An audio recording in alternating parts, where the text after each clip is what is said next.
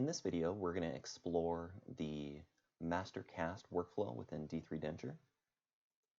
We can access this workflow by going to the upper right. This is the main UI menu, and we select D3Denture. And then from here, it gives us our selection of different workflows, and we're going to pick master cast. Before we start anything up, I'll go ahead and quickly describe what the intention of this workflow was for. Its functionality is as straightforward as the name suggests. It essentially takes two input digital model scans and will output mastercast from that.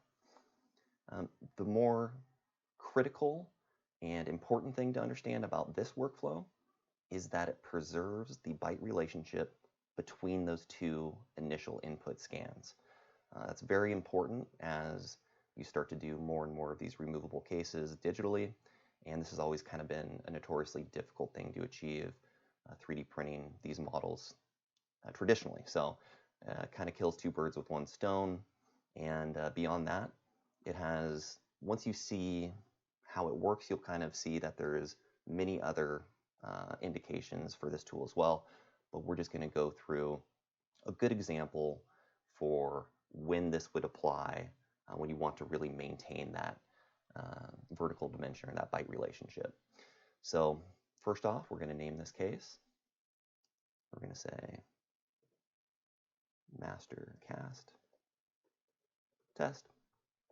This is my default save location.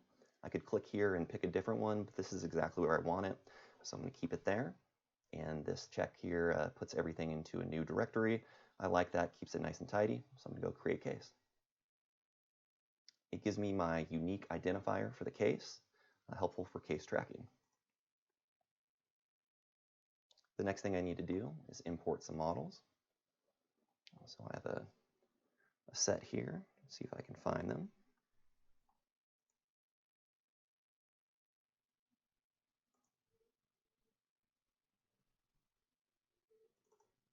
Okay.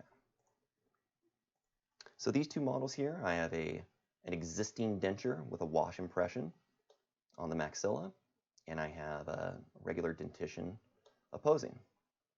So this is a great example of how you have an impression here, and you may want to generate some master cast. You may be fabricating a new denture. This could be a try-in, and you need to have this byte represented in a physical form somehow without the denture being present. So we're going to go through this. We have the upper. I said it's an impression, and it's edentulous. So it kind of already picked that out from the file name for us. It automatically knew, because it said something in the file name about it being a denture and a wash, that it's edentulous, and it's an impression. When you select impression and edentulous at the same time, a new option pops up and it says, is it a denture? In this case, yes, it is. Check that. The lower one, it is a not edentulous. It is dentate, and the scan type is a model. So we have everything set up here. We have it characterized, and we're going to hit next. The next step is to orient these models. Click that button here. And it knows that since this was a denture scan, we're going to be orienting it based on the existing teeth. So click right molar, left molar, incisal ledge, and midline. And I'll hit commit. This gets everything nice and oriented, and I can hit next. Looks like several options available here. We'll go through each one individually, but the first thing we need to do is mark the maxillary border.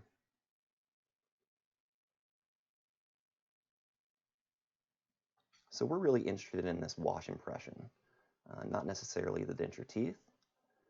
So we're just going to kind of go around the edge of this impression. And there's a few ways to draw these margins here. One is just to draw it like I'm doing now, or you do have the ability to just single click and the points will connect.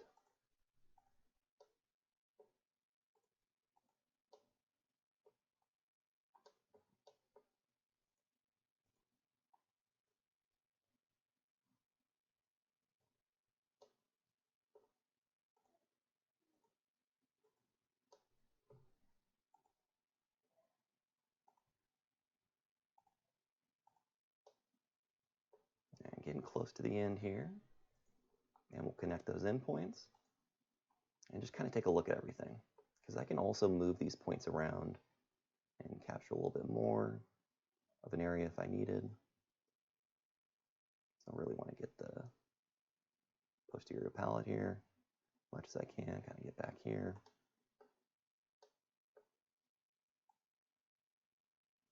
And check that other side. Yeah, I think this is looking good.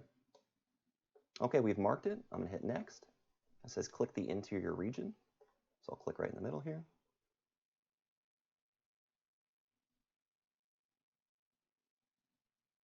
Looks good. I'm going to hit next.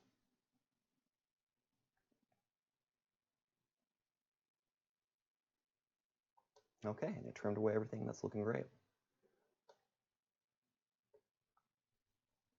We're going to go to mark mandibular now. I'll do this one real quick.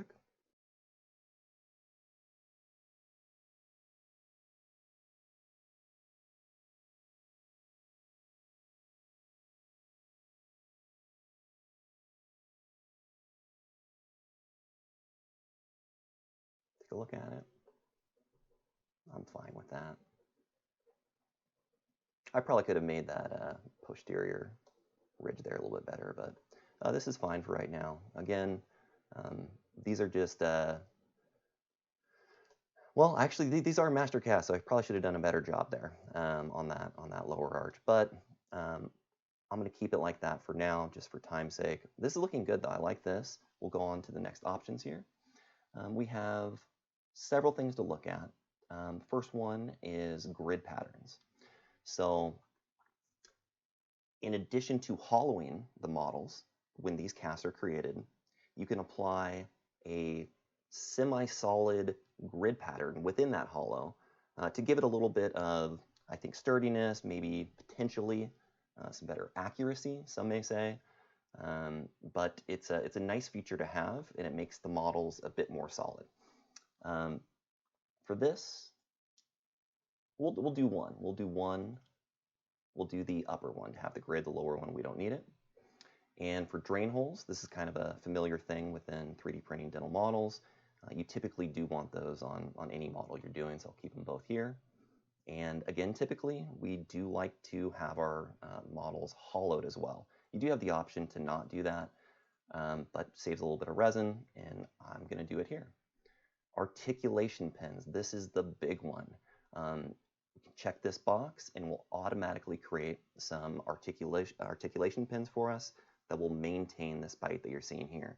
If you printed these two models out as is right now, there's no way you could articulate them together unless you had a bite somewhere or something like that, and this allows you to do that now. So articulation pins is a yes, and we can also put a label. We're going to say master cast test. Okay, we've looked at everything. We've checked our borders here. They look good, all of our options, and we're going to hit next. Going to give us some feedback here of what it's doing. This takes a little bit of time. It's doing quite a bit of calculating here. In the back end, it's literally basing two models at once, drain holes and pins. So the speed that took is pretty fast for what we're doing. Okay, so we're looking at everything, and quite frankly, even though this green pen down here that I'm looking at looks a little wonky, I honestly wouldn't care about that, but I'm going to move this anyway. So you have a chance to kind of move these pins around just a little bit. So if I click on that,